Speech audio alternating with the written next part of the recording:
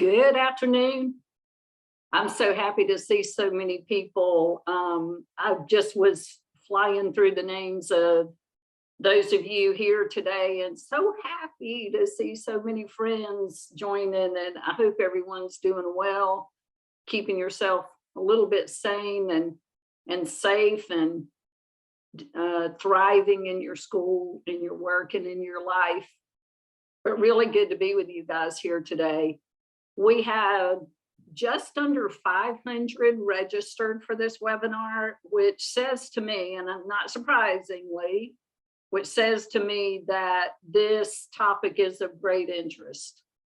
And the reason that I'm doing this topic is that I know it's of great interest. So of the 500 registered, they come from 46 states, which I also love, because there's so much disparity between state to state and what's going on and how people are being supported and what the financial situation is. So I love that. We also have 8 countries represented and love to know more about what's going on there individually. So I would like to encourage you guys to use the chat bar along the right-hand side of your screen to speak with each other. Let everyone know you're here. I know there's some great connections that are made when people share similar issues or concerns. And also, please use the Q&A. I'm going to monitor that as we go. I'll try to dip in and be sure that I'm clear on what I'm saying. Let me know if it's not. Let me know if you disagree, because I'm just repeating the news, and more on that in just a minute. But I'll try to leave at least 15, 20 minutes at the end for questions and comments. I'd like to know there if you are experiencing something different than what I am saying. That would be great. Because I'm going to report on the norm. You know, we speak to hundreds of business owners and do hundreds of valuations every year. We're also privy to the financial statements of our buyers. All of this is confidential. We don't talk about any of it. We do not share it. We just monitor what's going on in the world financially. And as you guys know, that's the hinge focus. We know that there are very few places to go to get financial information about how the industry is behaving and to start developing strategies to work with that.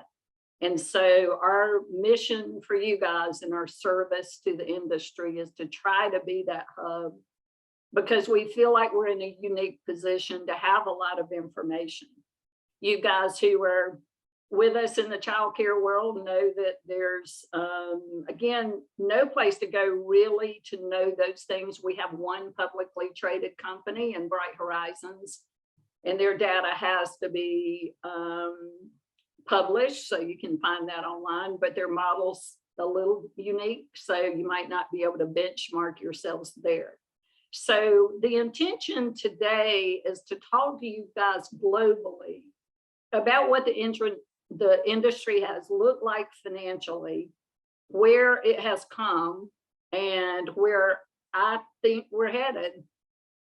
So I'd like to start by saying this is my 36th year in the industry, and I adore it. I just, have made it my mission in life to understand the financial shape of the industry, what stakeholders are doing, what challenges they're having. And we're just all day long on the phone with people talking about what's going on with them, how we can support, how we can track and improve their financial performance if they're interested in a process at some point in their lives. And everyone's working toward a process at some point in their lives. And when I say process, I mean selling process. You're going to exit at some point. Maybe it goes to your children, but that's also a process. Maybe you sell it, lots of options there, but we all are working toward an exit. Obviously, I'm going to exit Hinge at some point, but I think they're going to have to bury me out back. But You know, we're all going to leave our business at some point, and the mission is to make it as strong and financially viable as possible. So that's where we're coming from.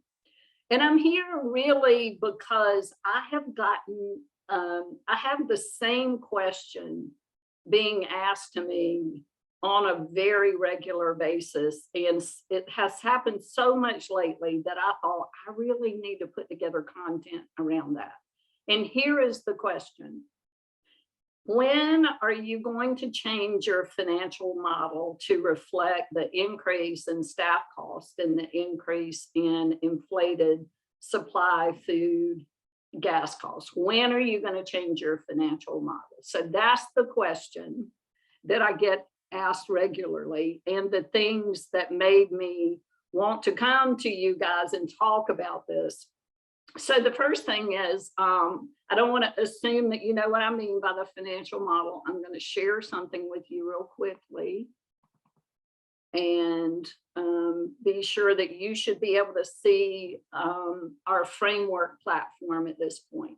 So if you have not heard me talk about the Hinge framework financial model, 30 years ago, I developed what I believe to be a standard benchmark for a financially healthy company in the US. And the way that got started 30 years ago was that as the CFO of a 100-site company, I got together with other CFOs across the country and compared financial data. And what I found out was that it was very similar. If companies modeled in a financially healthy way, there were very few outliers in the way that they spent their money. Well, I love the predictability of that. So that carried through. I created a model that said at this license capacity and this tuition rate, here's how the average financially healthy company would behave. You guys might have seen that in the past in Excel form. And then in 2021, actually it was January of this year, January of 22, we launched Framework. This is the best place for you to go to get the free version and to play around with it, and I'm going to show it to you. And here's what I like to say about it. In the 30 years that since I created the model, every year we see hundreds of financial statements, from national companies to single companies and church buildings to rural areas in larger urban areas, to lower tuition rates and higher tuition rates. And we monitor that continually. And in the 30 years, only 4 things have changed, and they have not been drastic changes. So, and I'll tell you what they are, but this model has been so stable, and I feel like we're in a squirrely part of the economy and market right now, but I still believe in the stability of our industry and our model, and I'll show you why. So first of all, let me just show you this. You can go to the free version here. This is frameworkbyhinge.com. Put in your companies. I'm going to make up something. Let's be very strong. Let's charge $350 a week. You can change that to monthly if you like here, or bi-weekly, annually, whatever. Let's give ourselves a capacity of 120. And we want to know about how full we are. Let's say we're 70% full, because in my opinion, that's the beginning of financial health. So this column here shows you what the average school, given your tuition rates and your capacity, would do. You can expand or collapse staff cost. You can expand and collapse facility cost, and same with program cost, and same with administrative cost. So you can see line by line what similar companies your size would spend in different categories. No 2 companies are alike, and the model is meant to say this is the average. You know, if parents bring food, and I'm saying the average company spends 5% on food, use that 5% somewhere else, pay your staff more. You know, if I say rent should be 15% and yours is only 8%, use that 7% to purchase a new curriculum, do something awesome with it.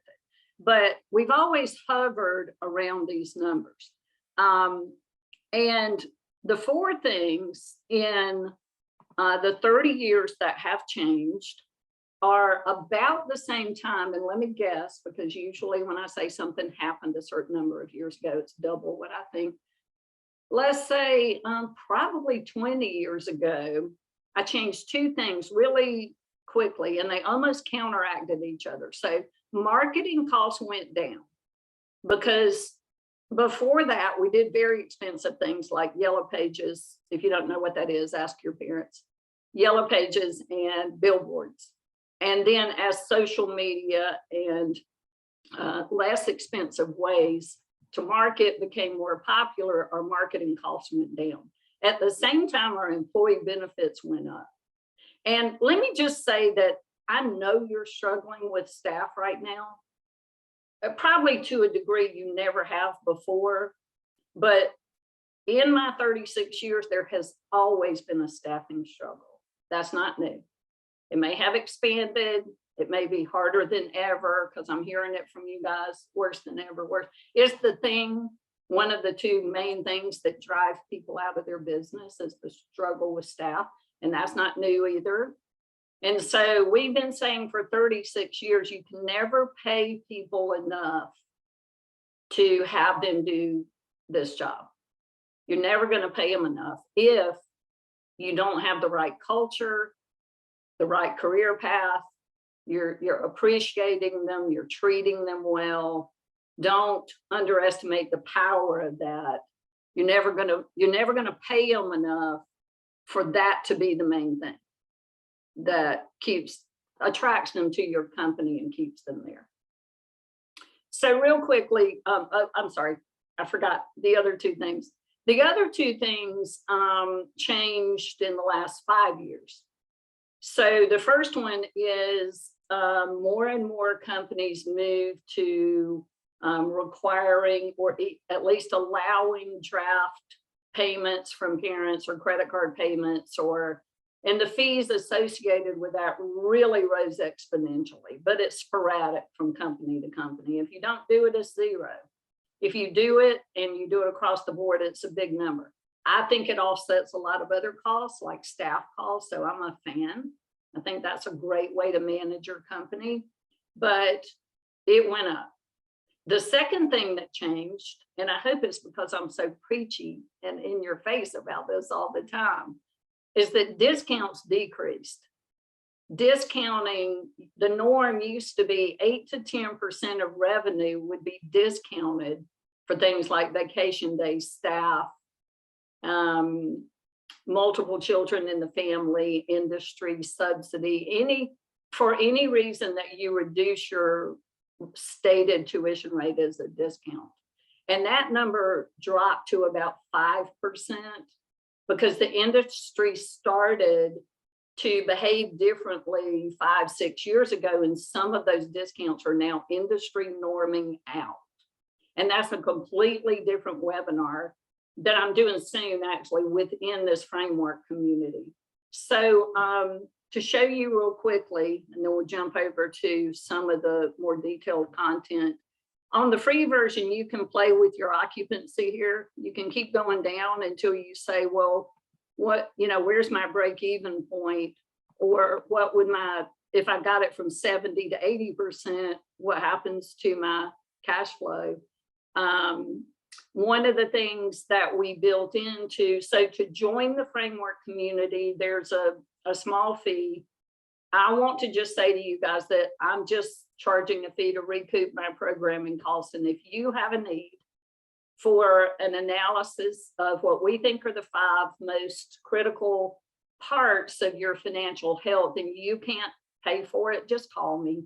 I'm going to let you use it. I'm never going to turn anybody away from this because of money, but it costs $100 a month or $1,000 a year for a single school. And then for each additional school, $20 a month or $200 a year. So within the community, you can input data. Here's what I want to encourage people to use right now, because this is going to be so critical. You can input your tuition rates, your discounts, your occupancy data, your facility cost, and your staffing cost, and you'll get a health card on each one of those 5, how well you're doing, along with a link to the educational community of articles and ability to connect with each other.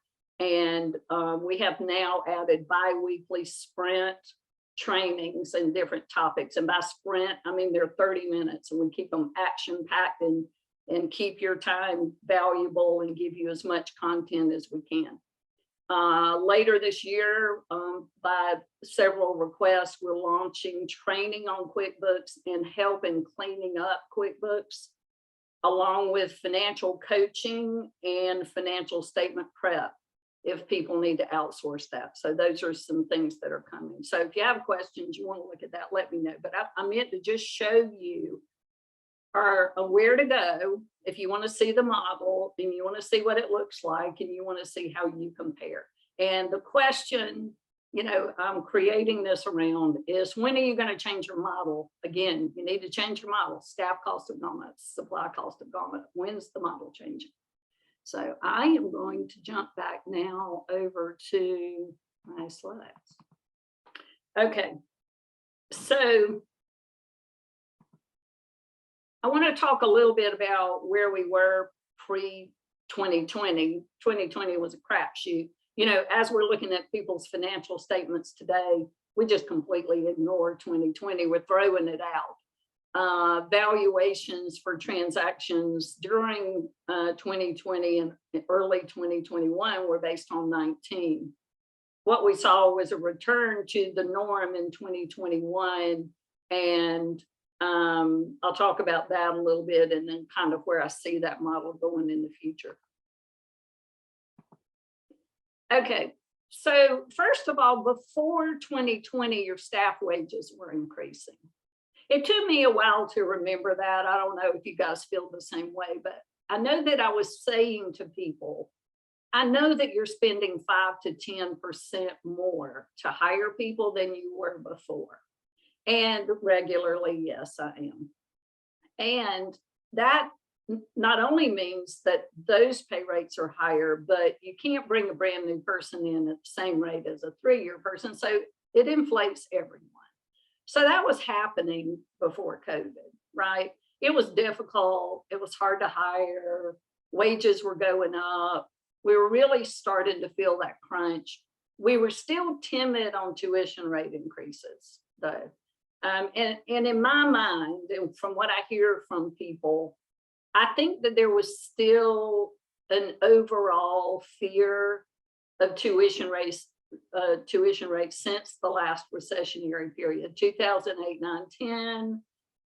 We had a lack of children in our buildings. People weren't working. Owners were afraid to increase their tuition rates. We saw sellers 6 years later say, I have not increased my tuition rates. And we were all, you know, your cost of care has gone up and you're giving away a service that's greatly, you know, greater than what people are paying you for. And that doesn't work. It just doesn't work. You can't continue to do that. So until 2020, we saw wages increasing, but still fear around for the most part. Remember, again, they're outliers. There are some people who are so bold that they scared me sometimes. There are people who, you know, in respect of their parents didn't want to do it. I try to say this as much as possible. I get accused sometimes of not respecting parents and the struggle they have with paying for childcare. I do respect that. I've been one. I have children who have children in childcare. They have so many advocates. If I see one more article that says, childcare is more than college, good, it should be. It's more important. It's more important. But I'm your advocate because you don't have that many. And I want to support you and doing the mission that you got here for, or our whole system breaks down. So pre-2020, this was already happening, right? Uh-oh, I went the wrong way.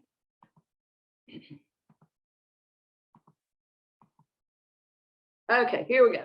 So 2020, like I said, crazy, whatever. We throw our hands up and do jazz hands and move on.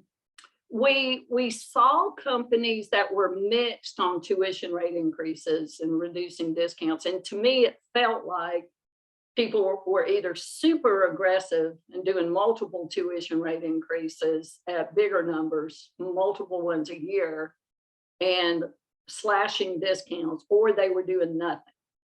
And I can't really, I think maybe some of it was based on the parent group. At the same time, grant funding saved the day for so many people.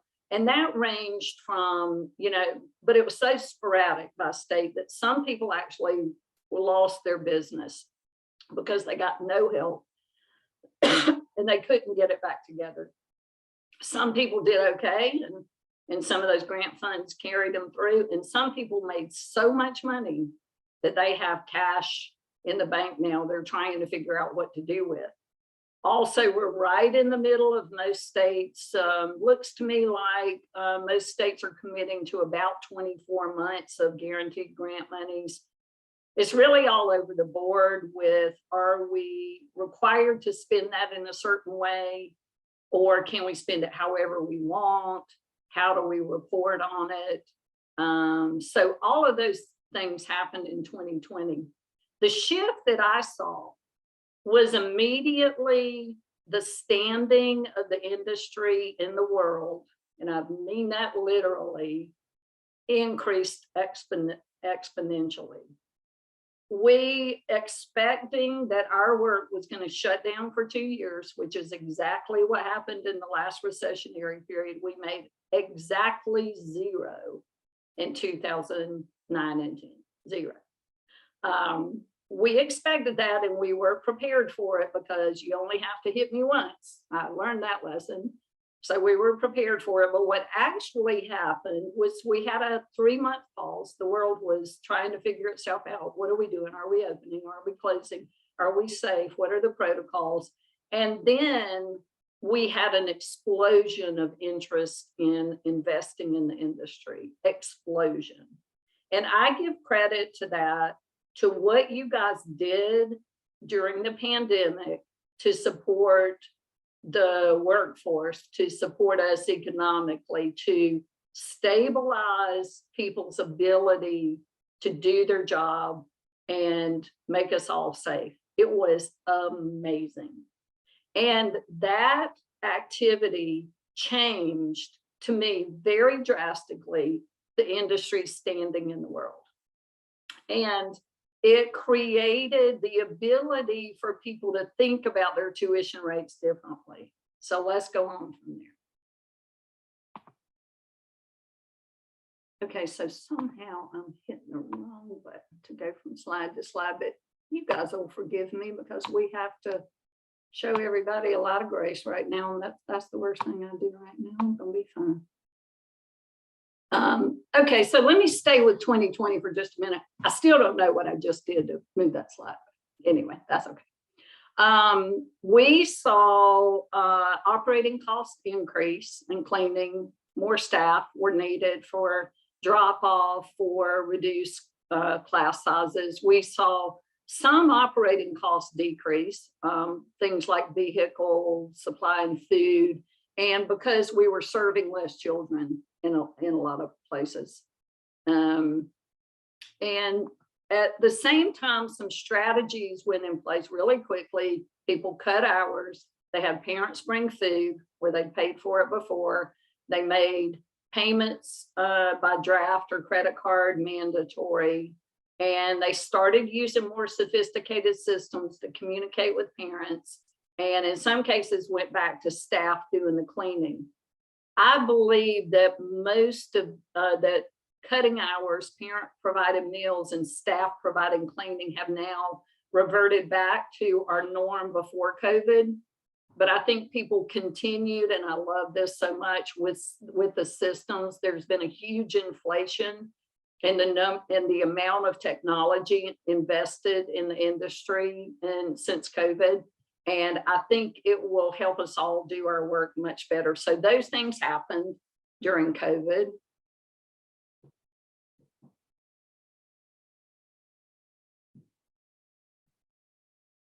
Marissa says for me to use my arrow, but that didn't work, Marissa. I'm just going to keep playing with buttons, but thank you for the thought. What we saw as far as transactions go are, again, more buyers, increased value at the same time. And of course, that's a function of more buyers, right? You have more people in the market wanting to buy things. Think about the last time you bought a house. I hope it hadn't been recently, because that's a fun thing to be doing right now. But more buyers means prices go up, right? So business values rose. That has continued. We did, early COVID, see a dip in real estate values, and then they recovered, and they seem to be where they were before. I can't say they've greatly increased. I will say they are on par with where they were before. We moved to processes that had cash at closing based on proven recovery, and then payments in the future as recovery actually happens. So didn't slow down processes. It just meant that, you know, we need to see full recovery happen before you get all of your money. And processes became much more complicated because we had to verify where we were in recovery. So that's what was happening. We were doing it, but that's what was happening. Okay, so we got to 2021, and by the end of 2021, and this took the full 2021, but the majority of companies we started looking at in the last quarter of 2021 were at full recovery unless they couldn't hire. So they were either at full recovery or less than full recovery with a wait list that they couldn't serve because they couldn't hire. So that was most people's norm. There was less competition in the market because, unfortunately, some people didn't make it through COVID. And we saw a surge in aggression on tuition rate increases. So people doing multiple tuition rate increases a year, and at numbers much higher than the 3 to 5% we would have seen historically. So that started happening. Expense control had staffing at a crisis level, but mainly not in the expense, but it just being able to hire, you know, being able to hire. And then, of course, we saw the beginning of supply costs that were increasing. In transactions, we saw continued increase in demand. Business values remained strong. We returned to all cash for a couple of reasons. Like I said, most people were at full recovery unless they had new schools that were ramping. And then we've always used a cash plus future payment for those types of transactions. But we did see a return to all cash, and mainly buyers started to not like the complication associated with figuring that out in the future. And when they could, they'll still do it if they need to, but when they could, they preferred to go back to all cash. And then the other interesting thing that happened in 2021 is, as we went through the year from the first half to the second half, in the second half of the year, our processes increasingly moved from asset transactions to stock transactions. And let me explain that briefly. It's complicated, but there are two ways you can sell a company. You can either sell the assets it owns, which are furniture and fixtures, equipment, vehicles, and goodwill. Goodwill is the majority of the business value. And then you would sell the real estate value. That's one way to do it. It requires relicensing and is a little less liability for the buyer because they're not responsible for anything that happened before the closing. The second way you can sell a company is to sell its stock. So if you sell its stock, you sell the actual entity that owns all of those assets. So you sell it to a new buyer. That buyer then they're protecting themselves in legal language, but they then are responsible for what happened in the school. The beauty of it is two things. One thing is, in most states, you do not have to relicense. And as during COVID, licensing got even more challenging, if you guys can believe it. And I'm sure you're seeing it. So licensing took longer. But the real trigger for it was grant funding. So we expect to see this at least for another year and a half, as grant monies are they're approved and they're released. Usually, if there's a change in control, you don't continue to get the grant money. So because of that, and new buyers not wanting to miss out on the grant money, we increasingly moved from asset transactions to stock transactions. That added a new complication. And so now we have the complication of verifying COVID recovery. We also have the complication of legal agreements for protection for whatever happened before the closing.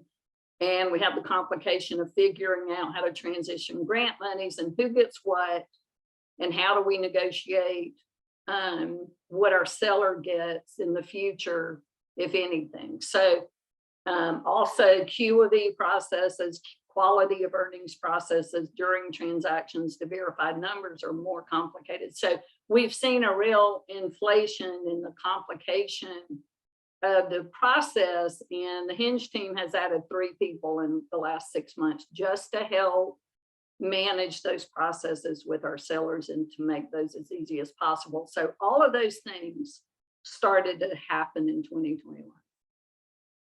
All right, so where do I think we're going? And I want to go back to the question that started this look globally at where we've come from, where we are, and where we're headed in the future.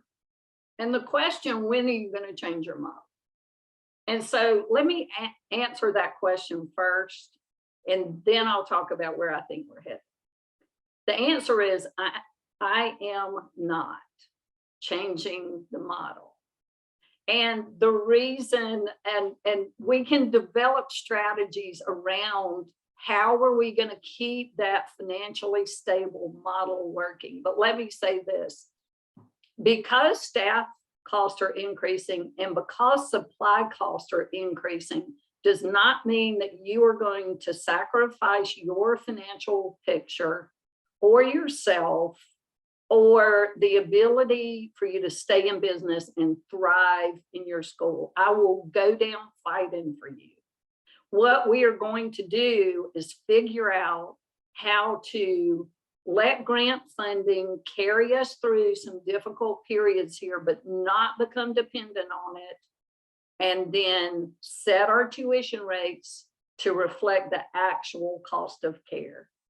And so what I mean by that is, if you go to a restaurant next week, their supply costs and food costs are going up too, their labor costs are going up too, that food's going to cost you more money. That makes sense, right? Why wouldn't it? We have to do the same thing. So this is why we have framework built for you to be able to play what if games with your tuition rates and your discounts. And I hope you guys are using it for this, and you can do them in the system simultaneously. So you will tell the system, here are my class by class tuition rates. Here are my categories of discounts. Here are the number of children enrolled in each age group. Here are the number of children getting each discount. And the system will tell you how you rank and how it looks. You will be able to simultaneously increase your tuition rate to see what the effect is, and eliminate or reduce discounts to see what the effect of that is. Because very low hanging fruit is to learn the industry norms from moving away from some standard historical discounts that we're just getting away from now, and to align yourselves there. And also be sure that you take advantage of this very highly appreciated market and you get your tuition rates where they need to be. Do not wait and talk to me 6 years from now and say, I was afraid to do it. I was afraid I would lose people. And if you have a wait list, I don't even want to hear you. I don't even want to hear you.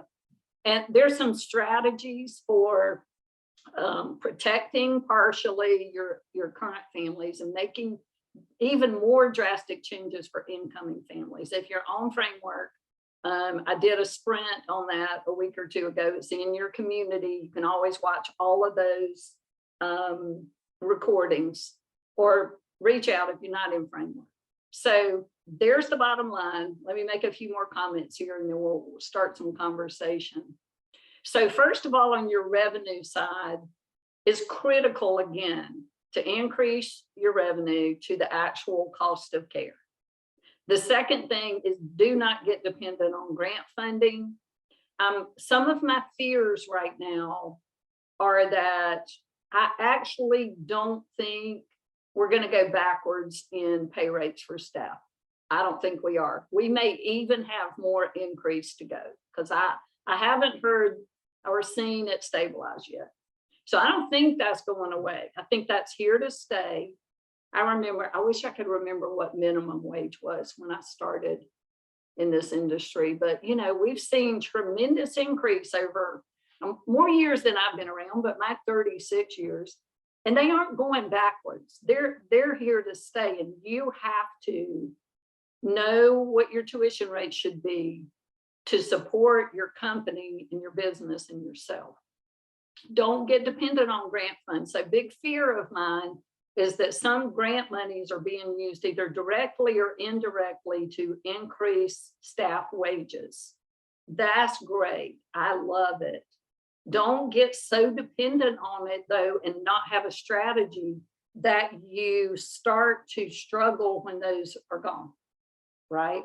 I want to be sure that you use those for short-term strategies. Maybe you put in a career path and some specialized training for your current people. Maybe you invest in more technology to make their jobs better. Maybe you do some new benefits. I'm no expert there. We've got, on the Hinge team, that's Kathy Betchel, and she's our duty expert, but learn and figure that out, but don't get dependent on the grants. Know that you're going to be okay. Have a plan. I'm going to use the grant funding for the next 24 months, and I'm going to increase salaries to this.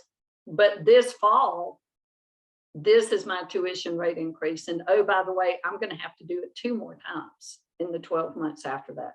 So I am starting to hear people who plan to be very aggressive on their tuition rate increases for fall of 2022 to the tune of 10 to 12%.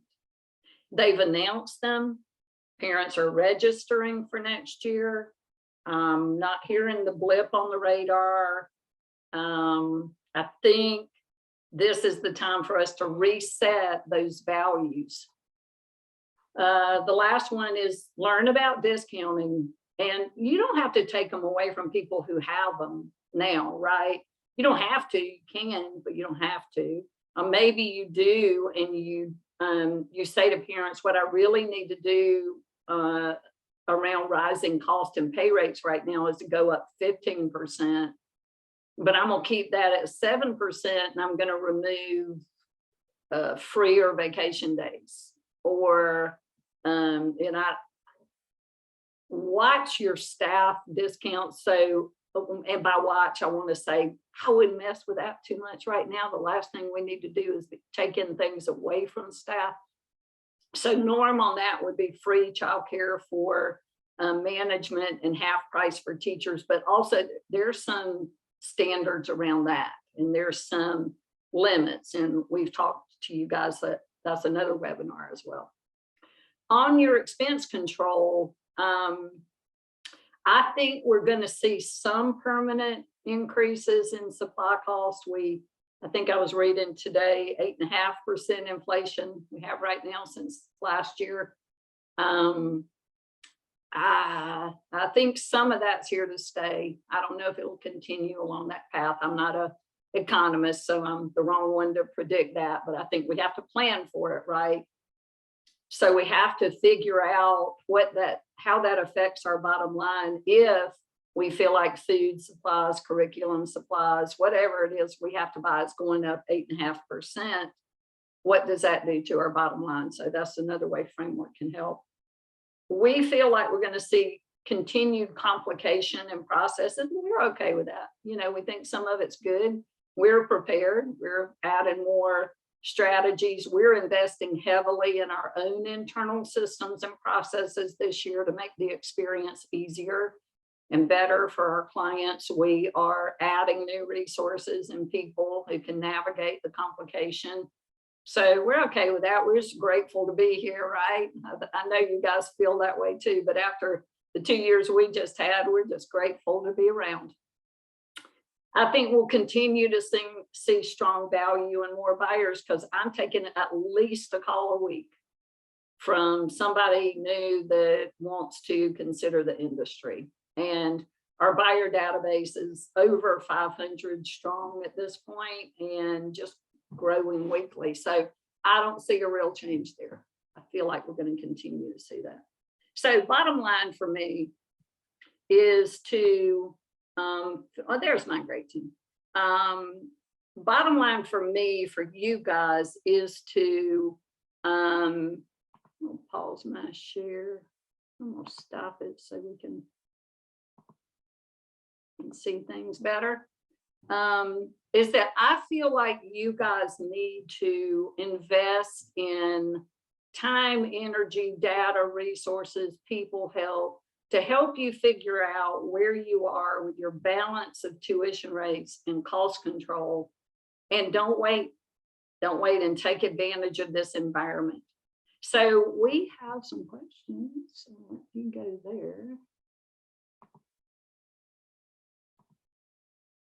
And somehow got myself, oh, there it is. My chat moved to the bottom. All right, let me see what's going on here. Okay, so for the private childcare sector, we have waiting lists for children. However, we can't compete with other salaries and staff exodus, so we can't attract and retain qualified teachers. Therefore, we can't enroll children. How do we survive? Yeah, right. I know. It's so easy for me to sit here and say what I'm about to say to you guys. I'm hiring as well, so I understand where you are, but not quite at the same place. I feel like those who have been most successful in their hiring have a very heavy focus on culture, very, very heavy. Now they've had to go up on pay rates. Culture isn't going to get you all of the way there, but also pay rates isn't going to get you all the way there. So we've created a lot of content around culture building, career paths. You know, if you guys come to our shift conference, we always have Travis from Indeed speak around trends in hiring. And Travis talks a lot about the importance of this hiring group in their future. So they really want to know where they're headed. We did a session on career paths, and that's something that Molly Hitchens on our team put out, and I'm sure she'd be happy to help you guys with that if that's of interest. But those strategies are critical right now. How you survive, I think, and I don't want to make this too simplistic because what I'm about to say might not solve it all, but I think our best strategies are to increase tuition rates to the point that you can pay competitively. So you're at least not losing the people to other childcare centers. It's always, so I just want to say for 36 years, I have said these words. They can go down the street to McDonald's and make more money. That's not new stuff. So that's always been there, and I think will always be there. But I think you have to focus on developing that team and that culture and a career path for your people. Thoughts on raising tuition more than one time a year. Cost, especially labor, seem to be rising faster more than what our original increase covers. Hey, and M. Hobbig, good to see you. Yeah, so I'm a fan. Regularly, we had clients increase tuition rates twice a year during COVID. And like I said, starting into 2022, we're seeing percentage increases like I've never seen before. So I'm okay with either strategy. I'm not sure that I feel like one's better than the other. You do have the ability to grandfather current families in some way, call them legacy families, make them feel special, and enroll new people at a higher rate. You can do a combination of that with a smaller increase for some and larger increase for people outside. So also, again, don't forget to look at your discounts and see. A lot of times eliminating, reducing a discount, even if it's only in a certain age group, like infants and toddlers, will get you more than a tuition rate increase. So that's a hidden danger, I feel like, in the industry. How does a setting determine true cost of care when licensed family child care has mixed finances, the center has higher administrative staff, and what everyone gets paid is a variable of what is wanted? Directors and owners of centers may be set to have a higher income than the actual providers. Hey, Cindy. Not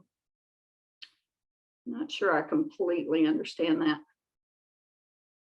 How do you determine the true cost of care? You have mixed finances, higher administrative staff. You know, I really feel like what I would do, what I like to recommend there is look at your current cost structure. So let's assume that you're spending wisely and you're doing the best you can to operate your school at a certain level of cost, and then back into what the tuition rate needs to be at your normal occupancy. And it's a little more complicated than I just made that sound, but instead of setting the rate. So I feel like we get in the trap a lot of setting the rate based on your current market and the competition. And the reason I say that's a trap is don't assume that their tuition rates are healthy either. Also, just because they operate in your market does not make them competition. Are they true competition for you? Are they actually delivering what you are delivering? So you may have to be the one that sets the bar on the tuition rate. So I feel like, and Cindy, I think maybe what you're saying is that in certain situations, you're required to spend money in certain ways. So I would go backwards in that. I would know that I was doing the best job I could on my cost control. I'd lay out my financial picture. I'd know that if I had 70 children in the building, I need this much revenue, and this, I divide it by 70, and that's what I need to make, Another thing is, I know it's difficult to enroll when you don't have all the staff, but don't underestimate the power of occupancy. That's where your real strength is. So in a normalized model, I want you to make about 15% when you're 70% full. And know that that cash flow really just gets reinvested in your school, because that doesn't include capital improvements, growth, those things come out of your cash flow. So where your gravy is any increment above 70%. So once you push past that, almost every tuition dollar you make flows straight to the bottom line. So there's your sweet spot. Most people will break even at 50% full. Most people will make about 15% at 70% full, and then gravy happens. And every school's different. So if you don't sound exactly like that, don't take that to mean I think you're doing something wrong. It's just the norm. But every child you can enroll after that tuition almost all flows to the bottom line. So I would look at occupancy, I would look at your current costs, and I try to back into what your tuition rates need to be. But really good question. Why free for management when the staff are the actual ones doing the work? So we're talking about staff discounts.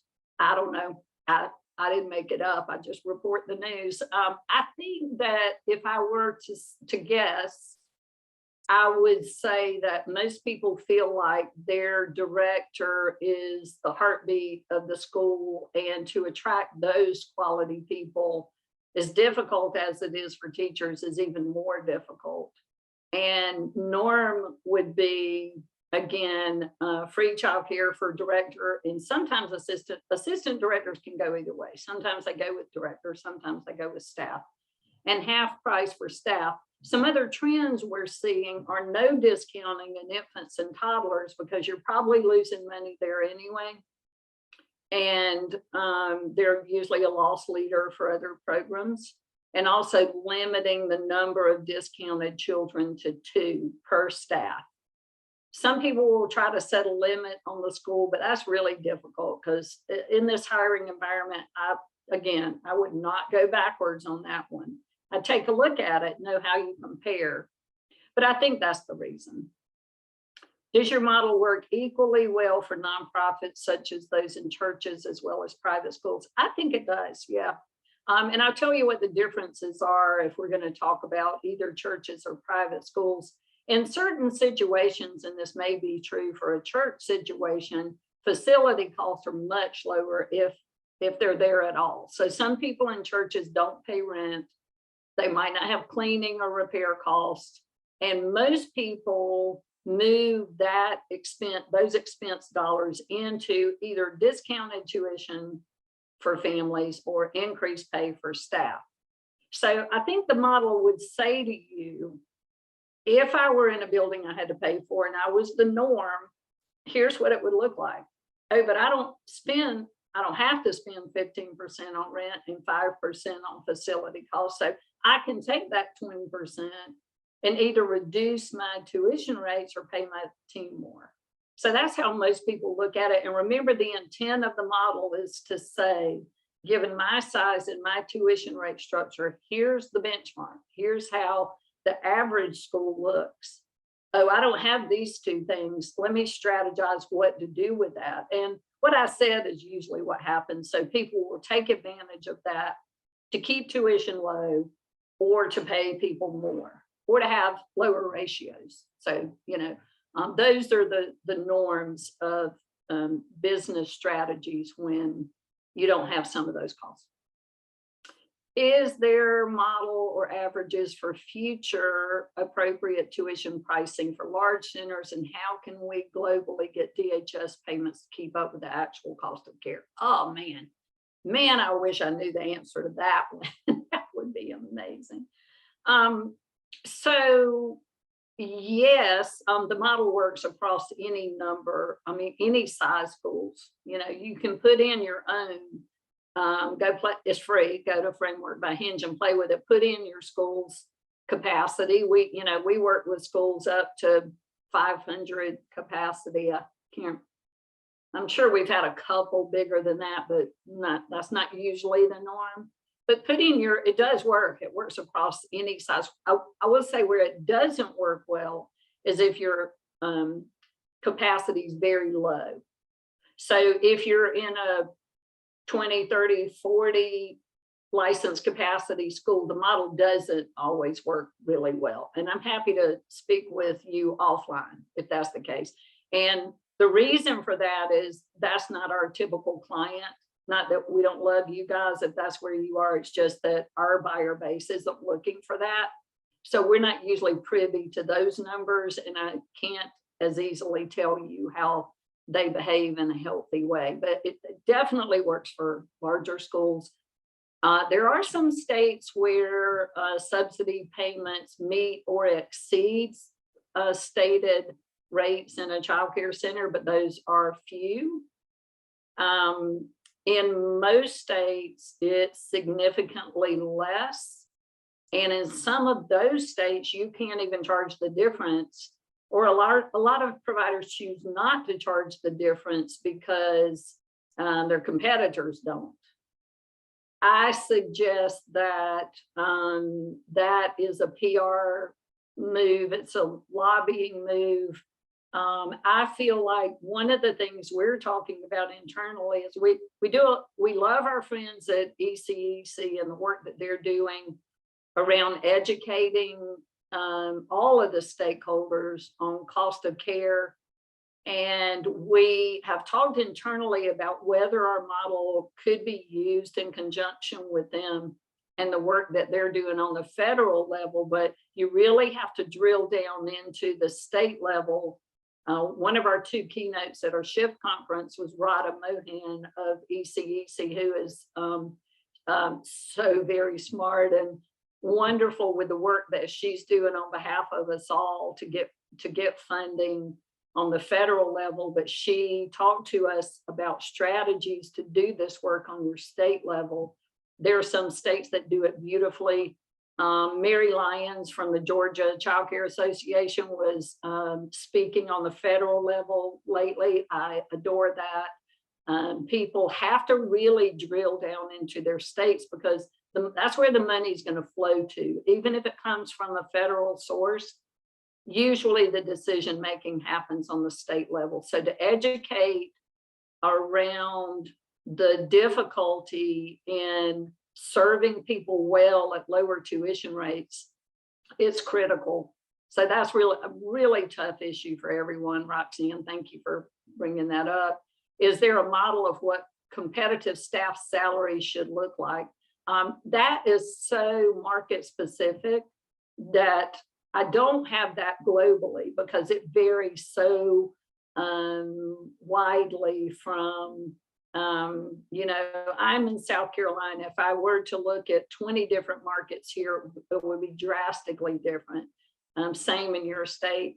And so you really have to drill down. I was speaking with someone yesterday who said, we know that our competitors are paying $1 more an hour. Well, that's what you need to know, and they likely have increased pretty quickly too. So I think that takes drilling down into each micro market, not just each state, but each smaller market. States are attempting to figure out a cost of care to pay care providers and staff when owners are making a large amount. They're attempting to figure out a cost of care to pay providers when owners are making a large amount. Okay.